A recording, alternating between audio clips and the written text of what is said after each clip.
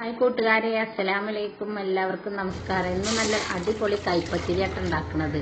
അത് ഞാൻ കൈകൊണ്ടല്ല പരത്തുന്നത്. എനിക്ക് വീഡിയോ പിടിക്കലും പത്തിരി ഉണ്ടാക്കലും കൂടെ ഒറ്റ കൈകൊണ്ട് നടക്കുന്നത്. അത് കാരണം അത് ഞാനിങ്ങനെ ഉണ്ടാക്കുന്നത്. അപ്പം അതിന് ഞാൻ 4 കപ്പ് വെള്ളം അടുപ്പത്ത് വെച്ച് തിളപ്പിച്ചു കൊണ്ടിരിക്കുന്നുണ്ട്. അപ്പം ആ തിളച്ച വെള്ളത്തേക്ക് നമുക്ക് തേങ്ങയുടെ പീലിടണം. അപ്പം അതിനെന്ത് ചെയ്യും, ഒരു മിക്സിയുടെ ജാർ എടുത്തിട്ട് 1 കപ്പ് തേങ്ങ ചിരകിയതിട്ടിട്ട് അതിലേക്ക് നല്ല ജീരകം ചുവന്നുള്ളിയും കൂടെ ഇട്ടിട്ട് അതൊന്ന് ഞാൻ അരച്ചെടുത്തതാണ്. അപ്പോൾ ആ അരച്ചെടുത്ത തേങ്ങ അരിച്ചെടുത്തിട്ട് ആ തേങ്ങാപ്പാൽ മാറ്റി വെച്ചതിൽ സ്വല്പം ഉപ്പ് ചേർത്ത് കൊടുക്കുക.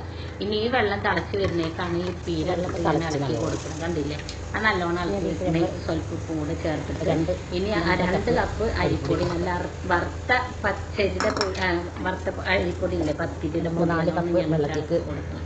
ഇനി ഇതേപോലെ വാട്ടിയെടുക്കുക. ഇനി അതൊരു പാത്രത്തിലേക്ക് വെളിച്ചെണ്ണ നമുക്ക് അതൊന്ന് സ്വല്പം തേങ്ങാപ്പാലിട്ട് എടുത്തിട്ട് അതിലേക്ക് സ്വല്പം വെളിച്ചെണ്ണയും കൂടെ എടുത്തിട്ട് നമുക്കതൊന്ന് നല്ലോണം കുഴച്ചെടുക്കാം. അപ്പം 2 കൈ കൊണ്ട് നല്ലോണം കുഴച്ചെടുക്കണം കേട്ടോ.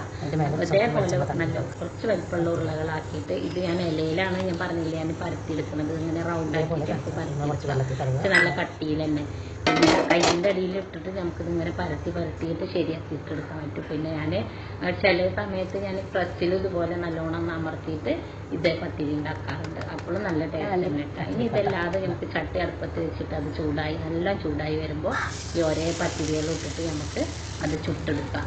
അപ്പോൾ ഈ തേങ്ങാപ്പാൽ എടുത്ത് വെച്ചതിൽ സ്വല്പം ഉപ്പും കൂടെ ചേർത്തിട്ട് ഈ പത്തിരിയും കൂടെ അതിൽ പരത്തിയിട്ട് കഴിക്കാൻ നല്ല ടേസ്റ്റ്. അതിൻ്റെ കൂടെ ചിക്കൻ കറിയും വറുത്തരച്ചൊക്കെ ചിക്കൻ കറിയുടെ ഒക്കെ വീഡിയോ ഞാൻ ഇട്ടിട്ടുണ്ട് കേട്ടോ. അപ്പോൾ അതുപോലെ ഉണ്ടാക്കിയിട്ടും കഴിക്കാൻ നല്ല ടേസ്റ്റാണ്.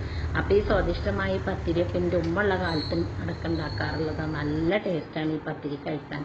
അന്നത്തെ രുചി ഇപ്പോഴും വായന്ന് പോയിട്ടില്ല കേട്ടോ. അവരുണ്ടാക്കുന്ന പോലെ ആയില്ല. ചെയ്യലും നമുക്കും ട്രൈ ചെയ്ത് നോക്കാമല്ലോ ഇങ്ങനെ പത്തിരി